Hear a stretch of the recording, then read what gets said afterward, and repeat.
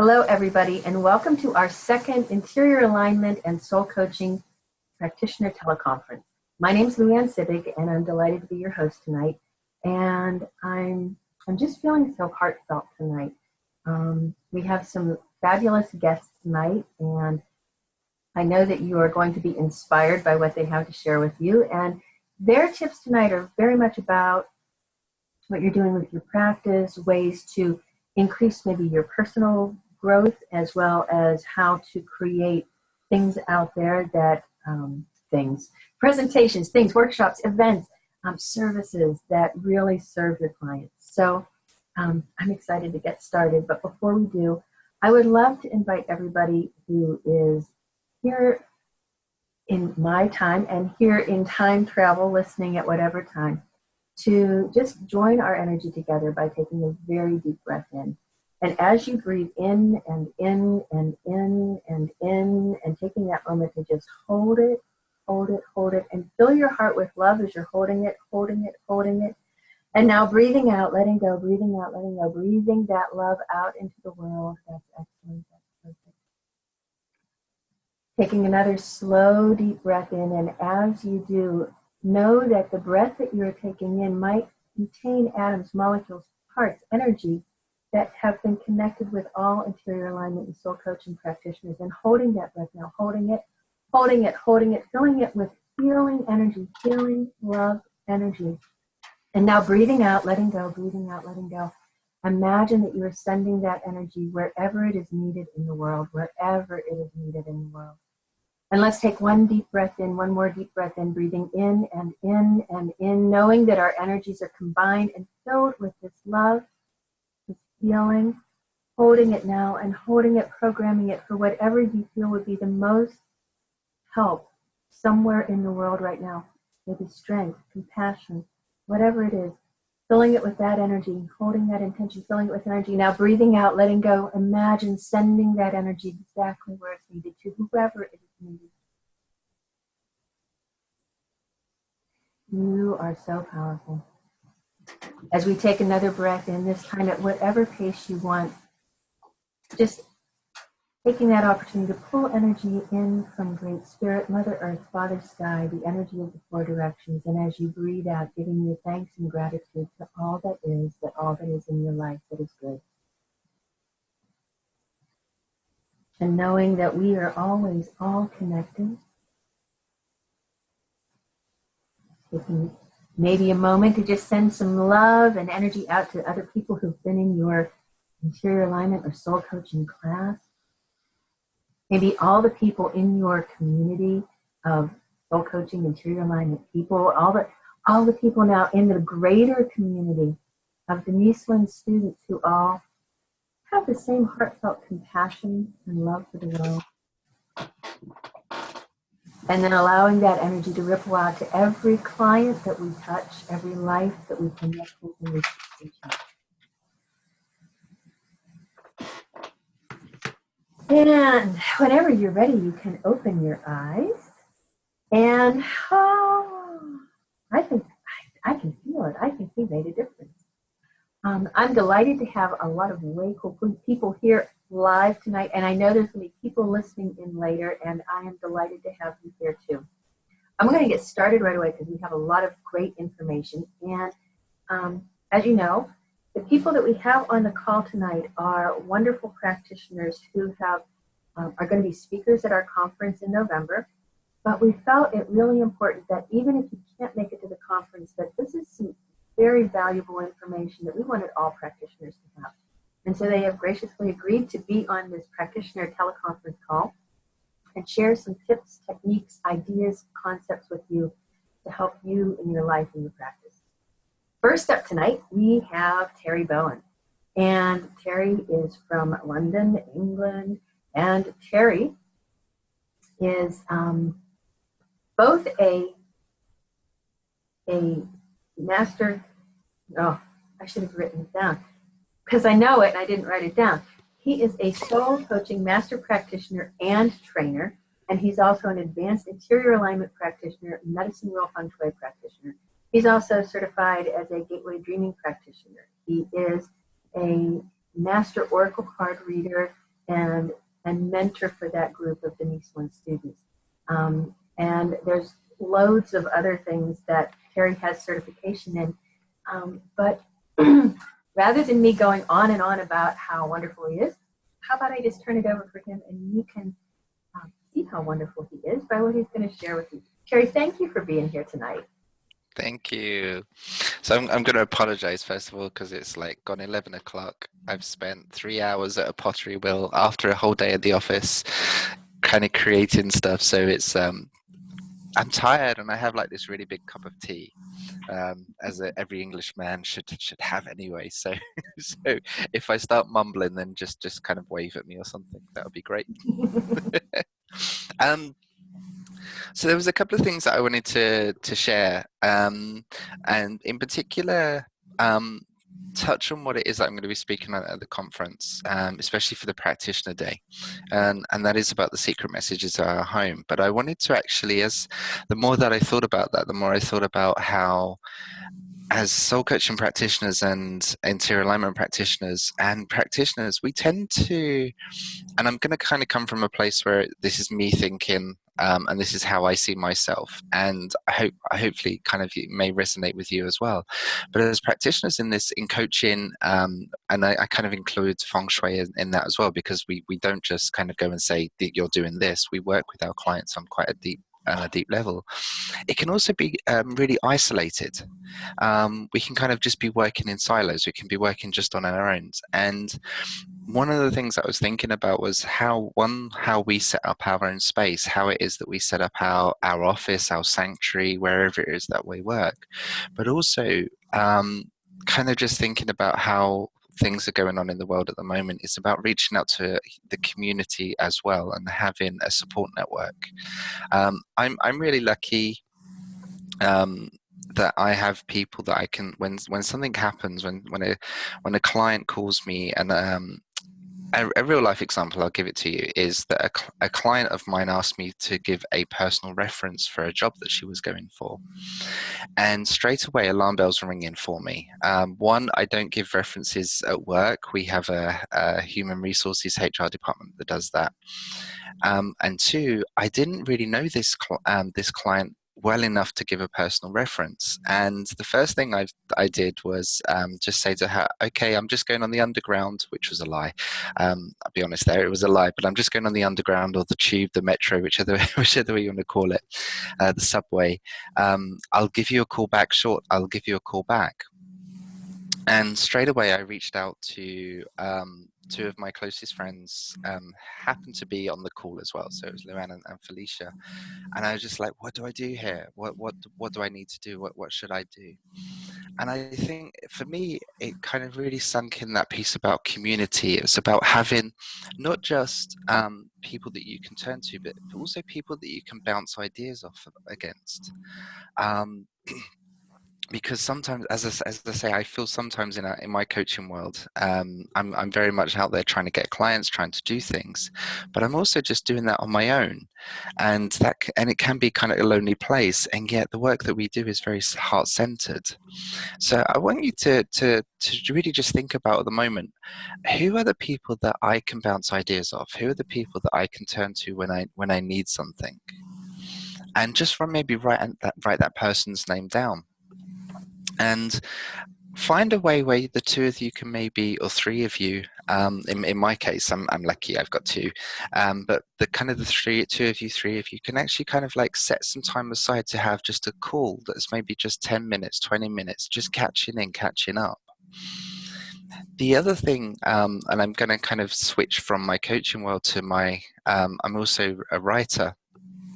I have a group of writer friends where we hold each other accountable, and we just say, this is what I'm doing today. This is what I'm going to get done. And a lot of the time when I'm lazy, I get sucked into Facebook world. I get sucked into Instagram. I get sucked into Twitter. And before I know it, my idea of sending out a post on Facebook is waylaid by cute kittens, or what I've just seen was a hedgehog, a cat that was fostering 8 hedgehogs. You know, you can see where I'm going with this.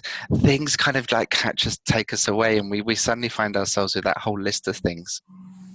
And it's just that point where it's just like, well, I didn't get anything that I wanted done. But having that person around you, it could be someone that was in your coaching class, your interior alignment class. It could be someone that you've met through the groups since then, through the kind of the e-groups.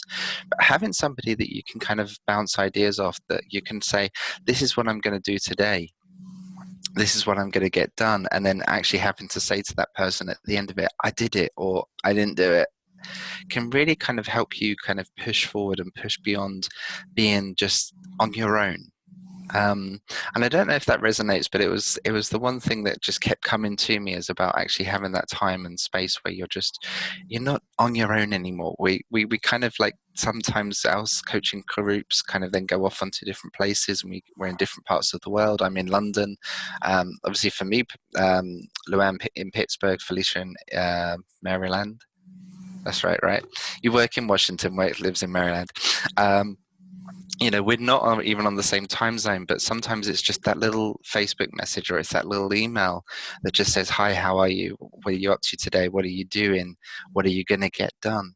Having that support network can really be beneficial. So if you have that name in your head, send them a message. It can be such a beneficial way of really kind of boosting what's going on for you. In terms of the conference and what I'm going to be talking about, I love Oracle cards, and I love the Bagua. So if you haven't heard of the Bagua, it's like an energetic map of the home. And I've been playing about with for some years how we can use the Bagua and Oracle cards together. And so I do something called the Bagua reading. And what I do is, using the Bagua, you've got the 9 different areas. So you've got your fame, you've got your abundance, you've got your child and creativity, you've got your relationships. And what I've been doing is actually pulling oracle cards for my clients, and as they kind of say, well, I'm having some abundance issues, and an interior alignment practitioner can go in and kind of make recommendations. They can have a look at what's going on in that space. But from a coaching point of view, if someone says, well, I'm having abundance issues, you can use that energetic map to have a look and just say, okay, so whereabouts is that in your home?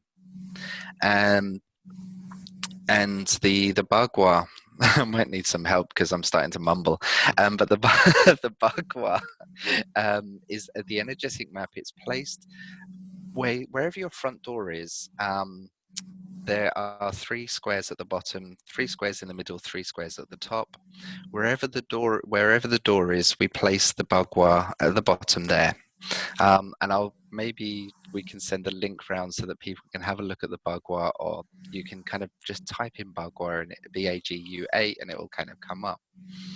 But you can get an idea of where the abundance area is for someone's home, and maybe what else is going on. So if you walk through your front door, and just for kind of the sake of the call, if you haven't looked at the Bagua, wherever the top left-hand corner is, whatever's in that area, that's your abundance area.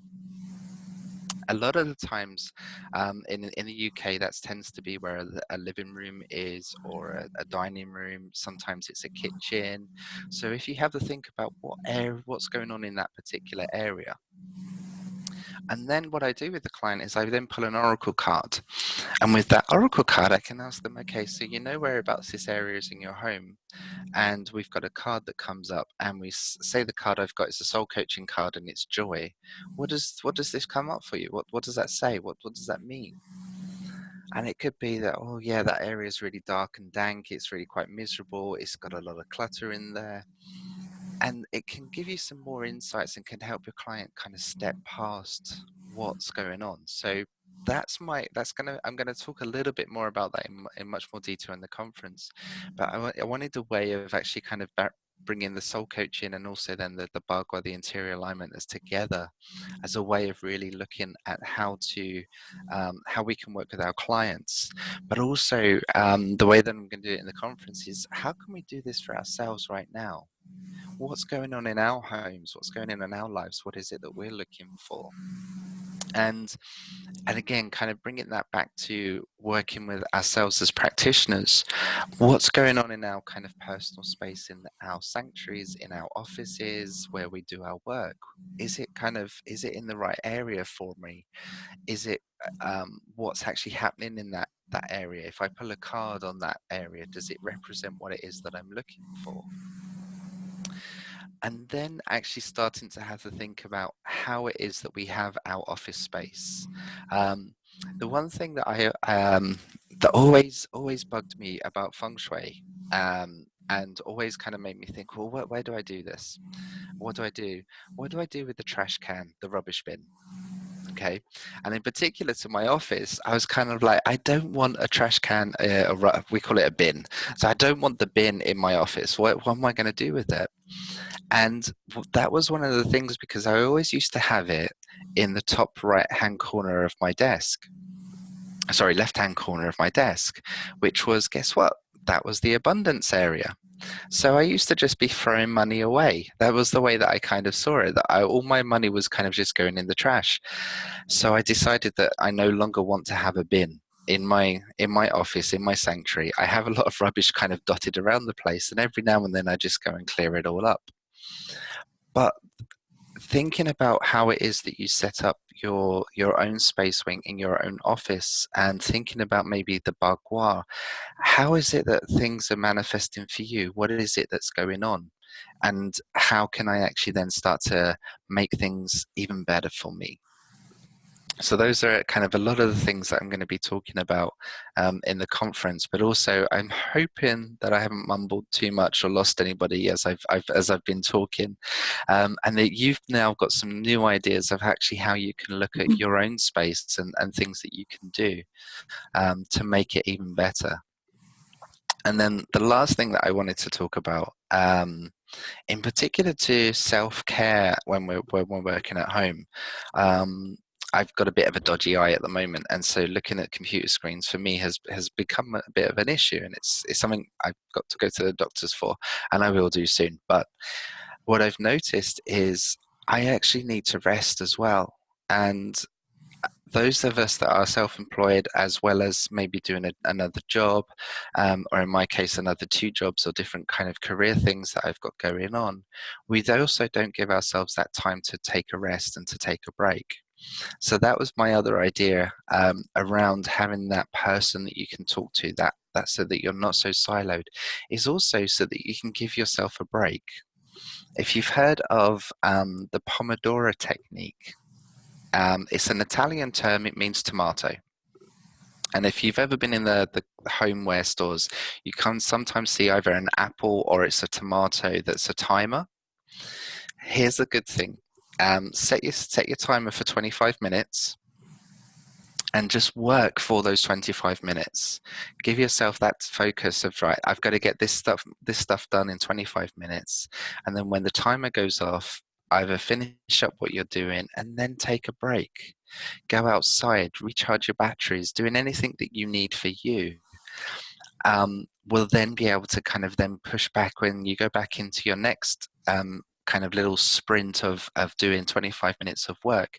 It really gives you that opportunity to just be more focused, be more fresh, and give you that opportunity to say, right, I'm ready for this, I'm getting stuff done. So I think that's my mumblings for this evening or this afternoon. Does anybody have any questions or anything they want me to clarify on? See, I think I've unmuted everybody. Let's see. Unmute. Okay. Terry, I just want to say I love what you presented. And I'm going to turn it back on to, I love what you presented, because a lot of us are in this, in our work as soul coaching people or interior alignment people, as sole proprietors. We are the ones owning the business, right? We're the ones doing the work.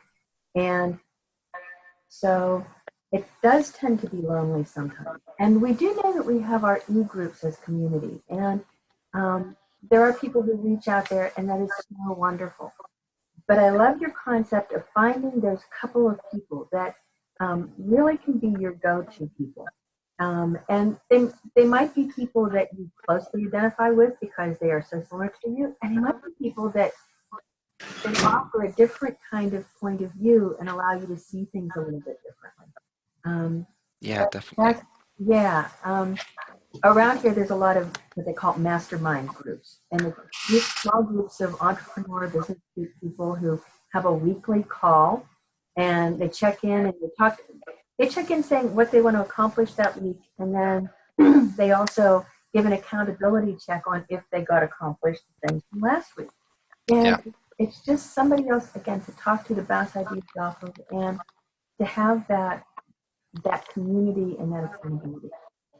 So thank you for sharing that. And I'll just put the little plug in there. For those going to the conference, there's going to be people right there in that room that whenever we talk about these concepts again, maybe they're the people sitting on either side of you, right? It could be that easy to find those people. We're also going to have a networking event on Saturday night, which allows you to even socialize a little bit more with the wonderful people you're going to meet there. So there will be that opportunity to find people in person. But if you're not going to the conference, no worries. We have our e-group.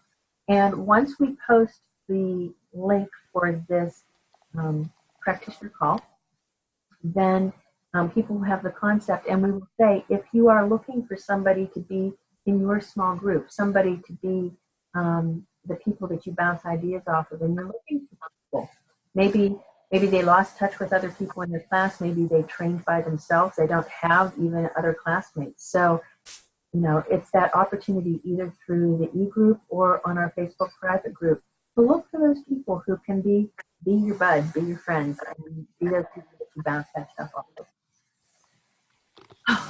So, anybody else here have any questions for Terry? Not a question. I just look forward to seeing you at the conference. Learning more, yeah. Thank you. Good stuff. Thanks, Terry. And I'll be awake then. Like, maybe a bit jet lagged, but yeah, I should be awake. I'll be like on the same time zone. It'd be great. Awesome. Well, and because it is late for Terry, I am going to say that if he wants to sign off of the call and then he can listen into everybody else later, none of us take offense at that. So you're welcome to hang out, and you're welcome to go to Nightlight Land too. Cool. Thank you very much. Lovely seeing Sylvia, Carrie. I've not met you before, so nice to meet you both, or to see you both at least. But yeah, I'm going to bed. All right. Have a great call. See you later. Bye. Night. Well, I want to take this opportunity. We opened with sending some healing out into the world. And, there isn't a day that goes by that it doesn't get a little scary to, like, turn on the computer and see what's happening. I too like Facebook for the fluffy kittens and cute dogs, but it's also where you find out a lot of the really sad, disturbing things going on in the news that are going on in the world. And everything from natural disasters to man-made disasters. And I wanted to take this opportunity to ask Anni Kemp to speak for a moment about what she does. Just to lead in, Anni will be one of our presenters on the Practitioner Day with some powerful information about living life in symmetry and how you can put in all worlds and do your mission in the world. One of the things that Anni does is she also creates intention art, and she will be one of our vendors at the conference with some of her art, I'm sure some of her clothing items, and who knows what. She's got cool stuff. But I noticed when she joined the call earlier that she's got an art piece going on, and I have some of her art in my house, and it's very powerful. And Anni, if you talk a little bit about the art that you create and why you create it. Absolutely. Thank you, LuAnn.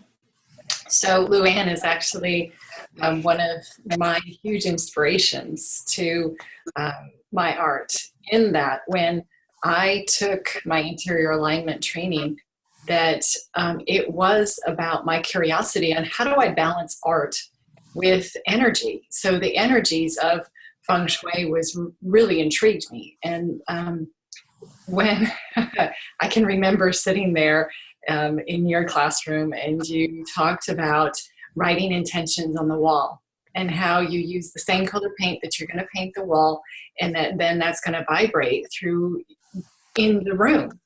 And so I thought, wow, that's great. I was building a building, but then as well, it speaks to me in art. We all are probably familiar with Dr. Emoto and what he discovered with water and writing intentions on water. And so there's just such power in words and in color. And this is all happening. We have this higher sense that becomes aware of these things that we're not even aware of. So in my art, there's a piece that I'm starting called World Healing. For obvious reasons, it started a while back.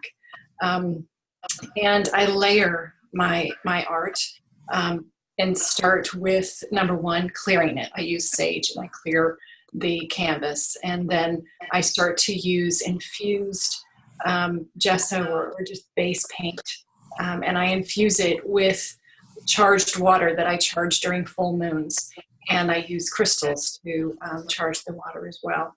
And I blend that in. I use some essential oils and start to cover up. So I start with a prayer, an intention for the world and for the painting. For instance, behind here, I talk about how there has to be the dark in order to know the light. In order to know pain, you must know joy. And really kind of recognizing that there is this world that we are living in, but that it's also allowing things to open up. And so that's my final statement, to open up.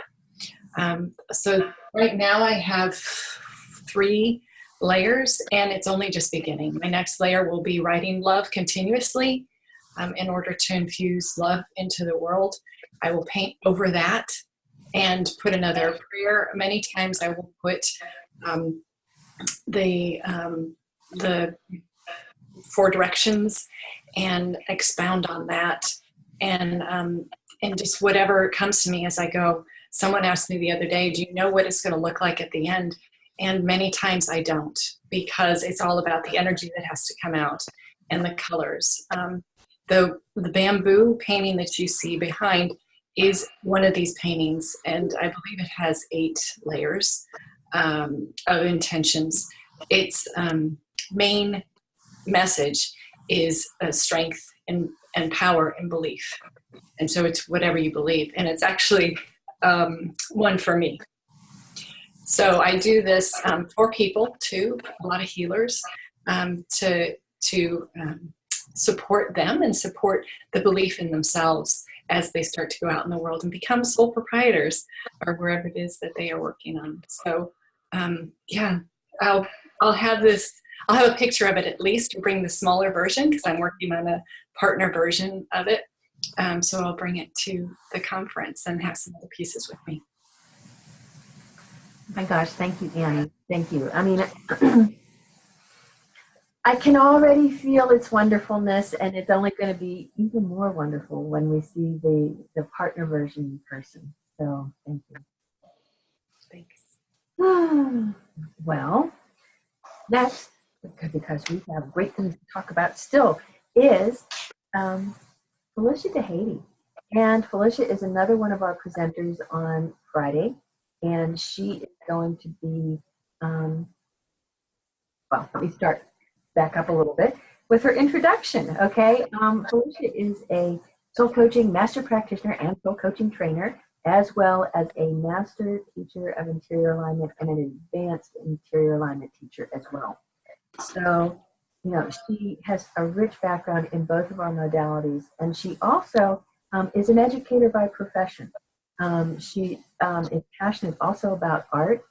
She has an art background. She does art. I mean, so she has a variety of gifts and talents that she's been doing. She's also one of those people who is actively working in both worlds. So she's got her day job, but she's also very active in her workshops, her teaching, her practice. She has a lot of other certifications that I didn't even mention here. But rather than going on again about how immensely qualified she is, I would much rather have you connect with her very heartfelt, heart-centered energy. Felicia, can you tell us a little bit about what you're going to be doing on Friday at the conference, as well as sharing some information for people now? Sure. Thanks, LuAnn.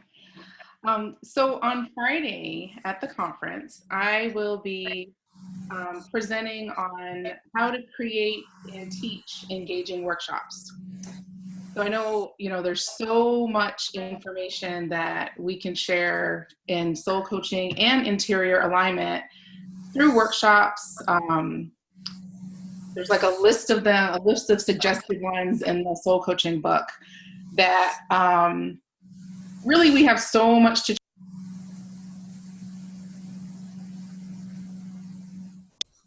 When I first became certified in soul coaching, I was a little overwhelmed, like, oh, there's the spirit stick and there's the vision board and there's all the miracle box and there are all these different things I can do. But how do I make it work? And some of it was just experimentation. And then, I realized that I could use a lot of what I do to create lessons for my students to create workshops. Same concept. And so what I'll be talking about on Friday is really some strategies and tips and some things just to think about that hopefully make it easier and more comfortable for practitioners to create workshops. I'm hoping to have a nice handy template. It's not finished yet, but it'll be finished by then. That practitioners can walk away with something that, here's step A, B, C. If I just fill in the blanks, I can have kind of a template for a workshop. But some of the things just like broadly to think about is kind of narrowing down your topic. So even with a topic, let's take the vision board. You could talk for days about vision boards. And people could have a multi-day workshop. But if you only have an hour or 2 hours, you need to think about, on the topic or whatever your topic is, or the topic of a vision board, like what are your objectives? What are the things that you want people to learn? I mean, you might want them to learn how to make a vision board. But even with that, think more like deeply into, okay, so now they made the vision board, so what? Like, what are they going to use it for? How is it going to benefit them? What is, if you had to narrow it down to one thing, what would be that one thing that you want people to walk away from your workshop with? Is it, a better understanding of themselves? Is it a skill that you want them to be able to transfer to something else in their life? Like creating a vision of, different aspects of their life? Is it that you just want them to have some fun and relax? So what are like your main objectives for whatever you're teaching, and what do you want people to do with the information or with the skill when they walk out the door is one thing that is really you should start with. Because knowing what your objective is and is really the foundation of creating your workshop.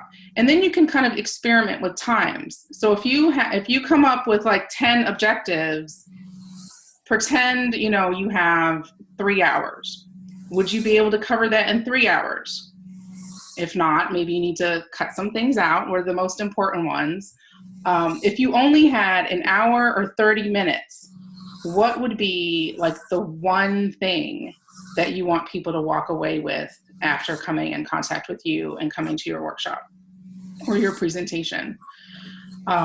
You could also think about, if you have like 10 objectives, that might be too many. Most people can't handle more than 3 things, 3 different objectives or 3 things that you want them to learn or walk away with. And so once you have your topic and your objectives and you experiment with times and see how things will flow, you also want to think about how much time you're going to spend on each objective or on each part of your workshop. So if your workshop is an hour or 90 minutes, you want to break it up into like 20-minute chunks. So most people will, after 20 minutes, they kind of tune out.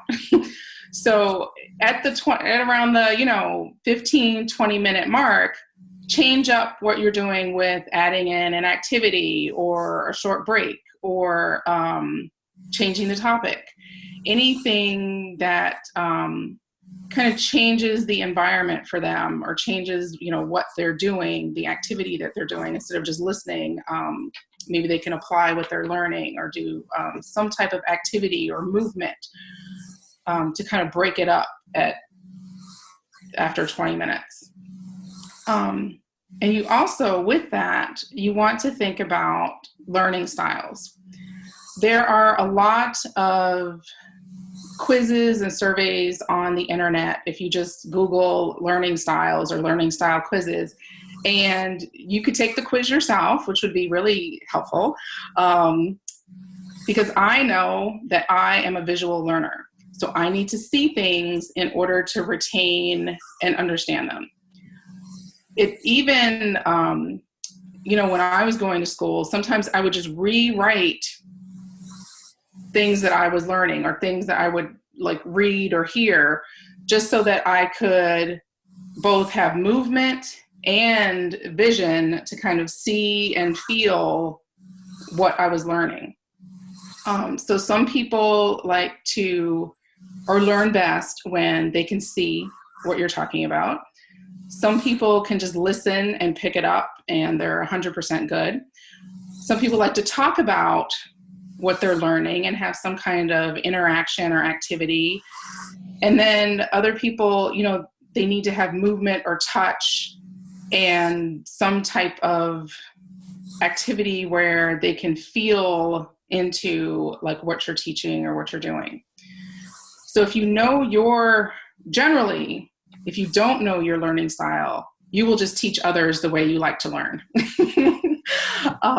But when you are aware of your learning style and you say, okay, well, I'm a visual learner, but everybody in my audience might not be, then, it might be stepping a little bit out of your comfort zone, but just figuring out, how can I incorporate different types of learning styles into my presentation. So if you're doing the vision board and you have someone who is an auditory learner, or they need to hear things, speaking the directions, but then having them written down for somebody who needs to see it, or maybe like going through an example and just showing somebody, oh, you put, this step first, this step second, and kind of going through a demo by moving through it yourself can help, different people with different learning styles to kind of get what you're talking about. And then of course, feel into what's going on with your audience. So if, you're into your 20-minute talk and you notice that like half the audience is asleep, it might be time to have people get up and move around. Recently, I did a presentation on the first day of school for teachers to a group of teachers who I'm sure were like out partying all summer or they were in shock maybe. But even when I first came into the room where we were doing the presentation, they looked like they were about to just either fall asleep, or they were in shock, or they were just like didn't know what was going on. And so on the spot, I changed the presentation to start out with, asking them more questions and getting them engaged and getting them thinking and talking and moving around a little bit, so that I just didn't like start off talking and then they were all like 100% gone. So just reading your audience and being flexible enough to change things in an instant. When you notice your audience is either having difficulty with the material or they just need something different. You might even want to turn some music on and have people move around for a bit or do a stretch, or if you're doing something with like art materials, have them color something or draw something to express how they feel at the moment, or have them journal something. You can play music and have them like draw the music for a minute and then come back to what you were doing before. But any things just to keep them like engaged, to make it fun for them, but also to keep them focused on what it is you want them to learn, like what your objectives are. I find it helpful to sometimes ask, if the audience is small enough, to ask each person to identify what their objectives are for coming to the workshop, and then sharing that with the group as well. So I'll be talking about those things and some other fun workshop stuff. Of course. Yeah. It's all fun. I love your tips. I love them.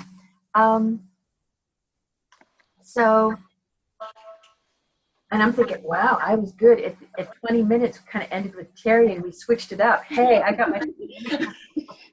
I want to open it up and see if anybody has any questions for you who's here right now. Anybody have any questions for Felicia? No, I don't, but I really like what she had to say. I did. I've taken notes. I won't be there. I won't be able to make it to the conference. I'd love to, but maybe next year.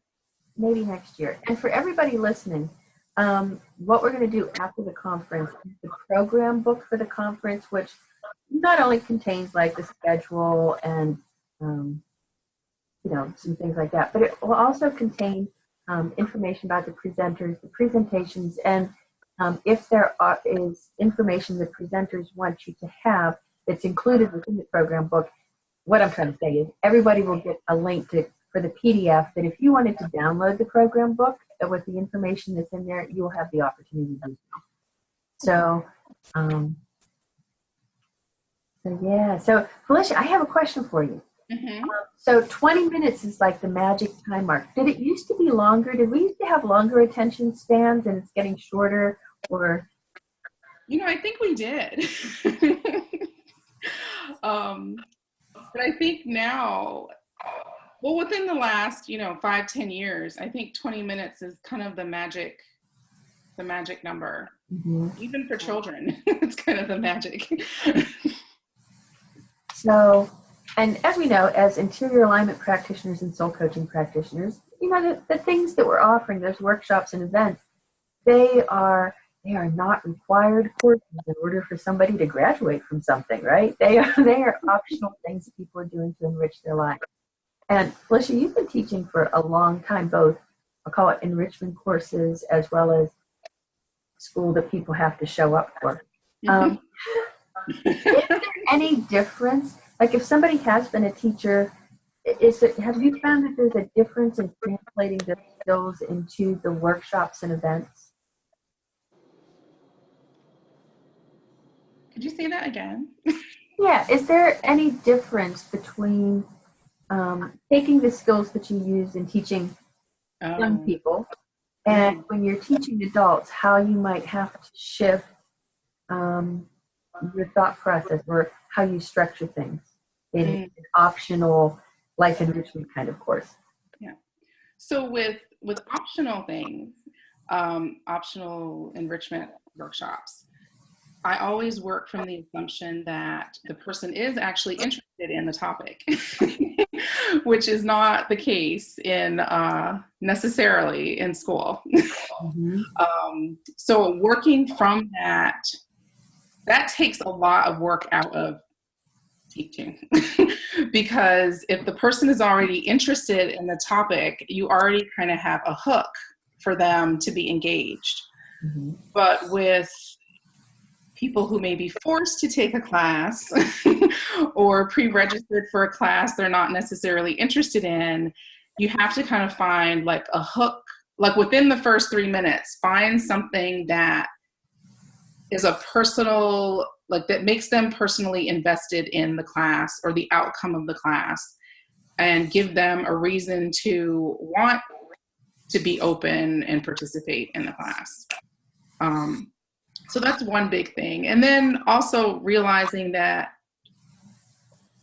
with, predetermined students, there is like, they're getting graded on the outcome. So and I think there might be some, like on my part at least, some more investment. Like I want them to be, like I want all my students, adult or student, to be successful. But when it's, a student is working towards a grade, it's like walking them through like each step of the process, and they might have to do each step of the process. But with an adult coming to an enrichment class, it might be their choice not to participate in all aspects of the workshop, or it might, they might want to skip a step and do it later or go back to it later. And I find it a little difficult to kind of let go of, the outcome for them. Like I'm providing the information, and if they want to take it and use it at that time, that's awesome. But if not, I kind of need to release that to the universe and let it be. Those are some really powerful points. And I can remember when I first got trained as an interior alignment practitioner, I was super excited about offering workshops. And, so I'd offer a 2-hour feng shui workshop. And somehow, I wish I would have known what you said at the very beginning of like identify objectives and make it realistic for the time frame that you have. Because I would think I had all of these, had way too many objectives, right? And what would happen, I would be spinning out of control trying to share all of this magnificent information, and in 20 minutes people were like burned out. So what you're sharing with people is so super powerful. And there's probably a lot of practitioners who are out there who've been doing loads of workshops, and what you're talking about with learning styles and all of that, I think will just help people who've been doing it for a while fine-tune their craft. And for those people who haven't done their workshop yet, and maybe they're a little scared to offer their first soul coaching event or jump out there and teach a sacred space workshop, I know what you're going to be sharing with people, and what you've already shared can help people start to plan something that's really powerful and effective. Part of the reason we do workshops might be, to market ourselves. It might be to obviously have maybe some abundance come in. But truly, I know we're all doing it because we want to help people. That's why we got into this.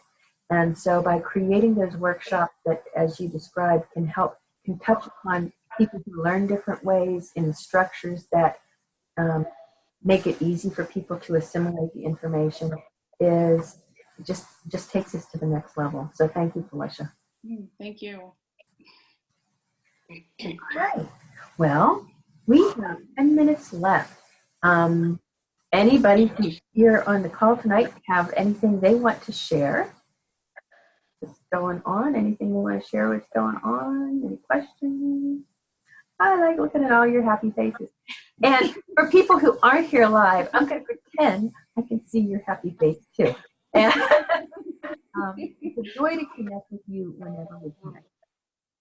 I'm going to take a few moments just to share some of the things that are coming up in the world of interior alignment and soul coaching. And I'll be sharing more of this at the conference. And don't worry, if you're not at the conference, you won't miss out on stuff. We will be announcing it later. But as you've noticed, we are having these joint calls, right? These joint interior alignment and soul coaching practitioner calls. And we're doing it for a couple of reasons. One, we've always thought it would be great to offer kind of a continued learning aspect for practitioners, support in what we do in our business realm and personal support in our own growth. And because we both are coming from a Denise viewpoint, right? That it's that heart-centered, client-centered aspect. And for those of you who are interior alignment people and haven't taken soul coaching, you might think, well, I don't understand why those coaches are in their calls. And if you're an soul coaching person and you're like, I don't know why there's feng shui and space clearing people are in our calls. It's because we all come from that same aspect of we want to be of service. We want to assist our clients at the deepest and most powerful level. And that's what we have in common. So these tips about being, solo entrepreneurs and ways to present workshops, they apply to all of us. Next year, we are going to be offering some specific teleconferences that are just for IA people, just for soul coaching people, so that we can talk about those skills that are very specific to our practices. But we'll also still come together and have this big joint party when we're talking about business aspects, marketing aspects, self-development aspects. So we honor the fact that we are different but equal, as well as that we have a lot of things in common. You'll also notice that we invited to the conference other Denise Lynn students and graduates, like from Gateway Dreaming, or maybe you didn't notice it, but it was on the website if you registered, that we invited them to participate at the same great prices. And the reason why is they're kind of part of our family too, right? If you've never looked at those courses, you might not recognize why would Gateway Dreaming have anything to do with soul coaching or interior alignment, but there's aspects of that course where it teaches people to be powerful dreamers, to receive messages in their sleep, to use that dream time to connect with the realm of spirit, to use feng shui and space clearing in their bedroom, to connect with their guides and take themselves on sort of a journey to connect with their dream guide before they go to sleep. I don't know, there's a lot of crossover there. There's a lot of things that are so similar to us that they come from that same special heart space. There's also the soul coaching oracle card readers, the elemental space clearing, people who are a part of our interior alignment community, and the new program, the Ultimate Journey Clutter Clearing Coach folks. They're all invited to be a part. And coming in 2018, there's going to be a new website out there. All of our existing websites will be there. They'll get maybe some updates and some looks on their front page. But we're also going to have a website that is the LuAnn Academy. And that LuAnn Academy website is just going to be a central place where people who are interested in anything that Denise Lynn has written or created can go and say, oh, a feng shui person. I'd like to find a feng shui person from her system. I'd like to find a coach from her system. I'd like to learn more about healing from her system. And so it'll just be that front gateway place. It also means that for those people who do have multiple certifications, that we are going to be offering you to be a featured person or shining star on multiple websites for great price. So those people who are both soul coaching practitioners and IA practitioners, and I had to think, where do I want to put my marketing dollars? What website would be most important to be on? We're going to make it a way so that, if you have a lot of these different certifications, that you can be represented. So that's some exciting news that's coming in 2018, and you got the preview of it here, and we'll roll it out a little bit more at the conference. Well, it's been a great 55 minutes, and I just want to give my heartfelt thanks to everybody who's here, and ask us to continue to send that healing, wonderful energy out into the world. It's something that we do so well, and I know that it has power. I know that our intentions of sending peace and love and healing do make a difference in the world. So it can be so easy to get affected and spiral into a negative thought pattern. And I think it's up to us as a community, as practitioners, to be those ones who continue to send joy and hope out to the world. So that's my message in closing. we can all send joy and hope out to the world. And I want to thank everybody who is here and thank everybody who's time traveling and listening later. Have a great day, evening, afternoon, everybody, wherever you are. Bye-bye. Bye-bye. Thank you. Bye. Thank you. Thank you, LuAnn.